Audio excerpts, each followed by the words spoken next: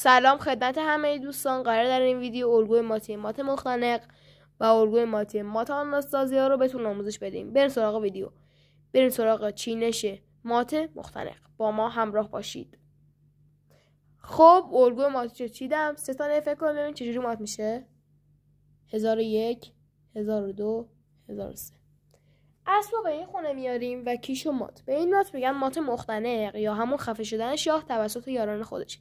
همینجور که میبینید یاران خودش شاهش رو محاصره کردن و شاه راهی نداره بره و اسب از این فرصت استفاده کرد و کیشو مات کرد. هیچ مهره‌ای به جز اسب نمیتونه در این مواقع کیشو مات کرد.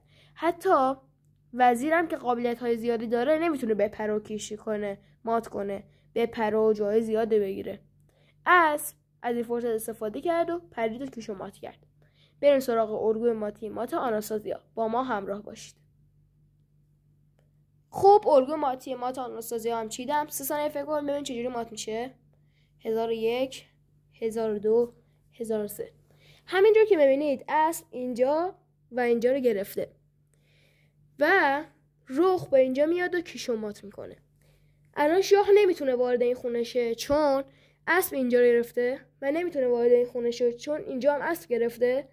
نمیتونه بره اینجا چون اینجا رخ گرفته و نمیتونه بیاد اینجا چون اینجا هم رخ گرفته. به همین سادگی کیشو مات شد.